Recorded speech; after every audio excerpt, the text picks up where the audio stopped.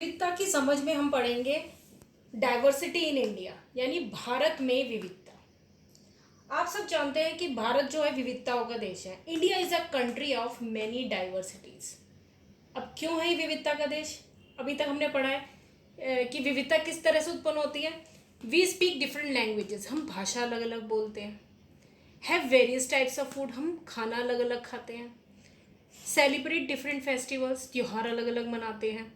Practice different religions, हमारे देश में अलग अलग धर्मों के लोग रहते हैं, इसलिए भारत में विविधता है। अब क्वेश्चन आता है कि ये विविधता उत्पन्न कैसे होती है? एक ही देश में रहने वाले लोग ये सब चीज़ें अलग अलग कैसे कर लेते हैं? तो हाउ दिस हैपन्स, विविधता कैसे उत्पन्न होती है?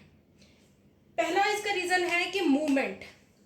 हम हमेशा एक जगह पे नहीं रहते, हम एक जगह से दूसरी जगह जाते रहते हैं। ठीक है, कभी हम दिल्ली में रह रहे हैं तो दिल्ली से महाराष्ट्र में शिफ्ट करते हैं, या महाराष्ट्र से गुजरात में शिफ्ट करते हैं, तो हम एक जगह से दूसरी जगह जाते रहते हैं। तो जब हम एक जगह से दूसरी जगह जाते हैं तो कुछ बदलाव आते हैं, यानी हमारे रहन सहन में बदलाव आता है। एक जगह से दूसरी जगह में बहुत कुछ बदल जाता है। हमारे किस तरह के जैसे पहाड़ी इलाके और समतल जगहों के मकानों में फ़र्क आ जाता है, रहन सहन के तरीके में फ़र्क आ जाता है। दूसरा, वहाँ की भाषाएं बदल जाती हैं। तीसरा, भोजन बदल जाता है। चौथा, संगीत, वहाँ पे किस तरह का म्यूज़िक सुनना पसंद करते हैं, किस तरह का धर्म अपनाते हैं, सब कुछ बदल जाता है। तो बहुत कुछ तो हम अपना पहले वाला अपना लेते हैं, और बहुत कुछ हम जब नई जगह जाते हैं उसका अपना लेते हैं। यानी कुछ तो हमारे पास नया आ जाता है, कुछ हम अपना पुराना अपना के रखते हैं। तो इस तरह से एक मिली जुली संस्कृति उभरती है। ठीक है, तो मतलब हमने सब कुछ अपना रखा, कुछ नया लिया। तो इससे क्या हुआ, एक मिली जुली संस्कृति जो उभरी है तो एक डाइवर्सिटी, ये एक विविधता उत्पन्न करेगी।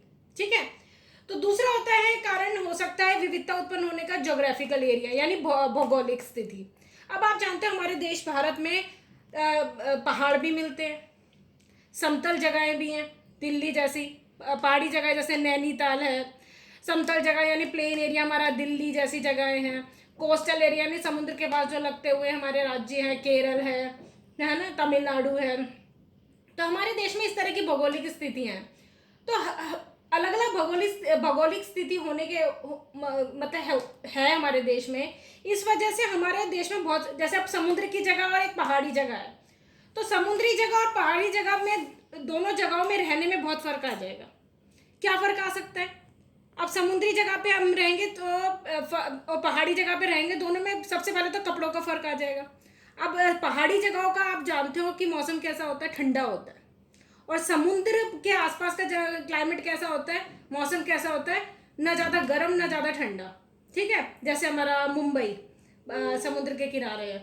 ठीक है, तो वहाँ पे ना ज़्यादा गर्म होता ना ज़्यादा ठंडा। तो उसलिए अगर आप पहाड़ी जगह से किसी समुद्री इलाके के आसपास शिफ्ट करते हैं तो क्या आपके कपड़ों में फ़र्क आ जाएगा।